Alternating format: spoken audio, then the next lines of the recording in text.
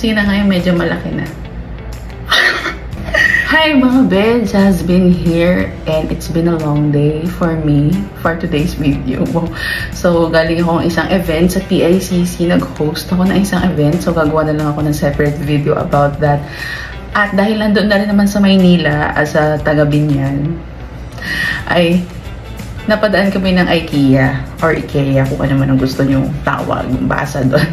So yun, and na-excite ako na ngayon na uli ako nakapunta ng IKEA at medyo marami tayong nabili. So this is an IKEA haul. Are you ready?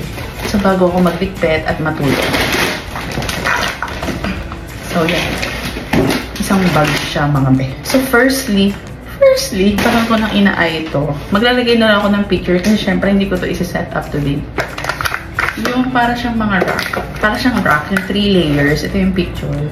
So, ang tagal ko siyang inaay kasi yung meron ako dito sa apartment, malundo na, malapit na masira. So, I'm so happy. $390 lang. And mukha siya talagang matibay. And may gulong sa ilalim. So, that's my biggest purchase for today's video. And bumili din ako ng kawali para sa bahay ito sa Batangas. Kasi parang makalawang na yung kawali namin doon. Tapos malaki na yung ginagamit namin kapag nagpiprito ng mga itong lang small items. So, ayun. Kaya ako bumili. Matutuwa ang kabahayan dito. Next is as a mug lover. At mahiling magkape. And napansin ko nabasag na yung kape ko sa Santo Tomas. Ayan. So, kung sinabi ko kung sa taga sana ko. Pero yun, ano to, sa bahay ko. Hindi to dito sa apartment. Coffee mug. Medyo fascinated ako sa mga mugs na malalaki like this. $150. Yung kawali, $250 lang yun. Tingnan natin kung tatagal. So, I also got my favorite chocolates. Yung iba dito sa apartment, yung iba sa bahay. Sobrang sarap nito. Dati 80 pesos lang to. Ngayon 99 na siya.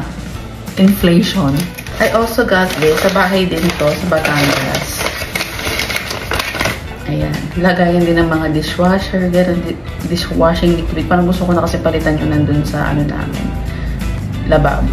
And bilang malapit na yung undas, bumili lang ako ng kandila. Malapit na undas, matagal pa pala. Pero for me, malapit na siya. So, meron kasi kami na ito dati. Meron kami ng mga lagayan, tapos naubos na yung mga candle. Kaya bumili ko ng bagong color. And ito yung sale. Parang $150 lang to. May siyang grass. Actually, mga binibili ko lang or naaakit ako sa IKEA yung kapag mga small items na mga 50 pesos, mga ganon. Like this, as an organizer fan. Dami kong mga ganitong kung ano-anong organizer. 40 pesos lang. Para umayos-ayos naman yung apartment ko. And, meron akong mga magagandang bote dito ng mga alak. So, gusto ko siyang lagyan ng mga itong dahon. Cute. 30 pesos. Cute. Picture ko na lang. Pero ang ganda niya kapag nakalagay sa magandang baso or magandang vase. And finally, hindi ko akalain ng pangkakabili ko sa IKEA ng plant. It's a live plant. So, money tree yata tayong tawag dito. May mga maliliit. Yung unang mga pinili ko, yung mga maliliit na 50 pesos. Tapos sabi ko, sige na ngayon, medyo malaki na. So, ito mga 90 pesos lang. Tapos, itong lagayan, green siya na matte. Medyo ano ko ngayon sa green. I like green na dark. Saka mga matte. Ano lang to? 70 pesos. Oh, di ba ang ganda? Huwag nyo tignan masyado.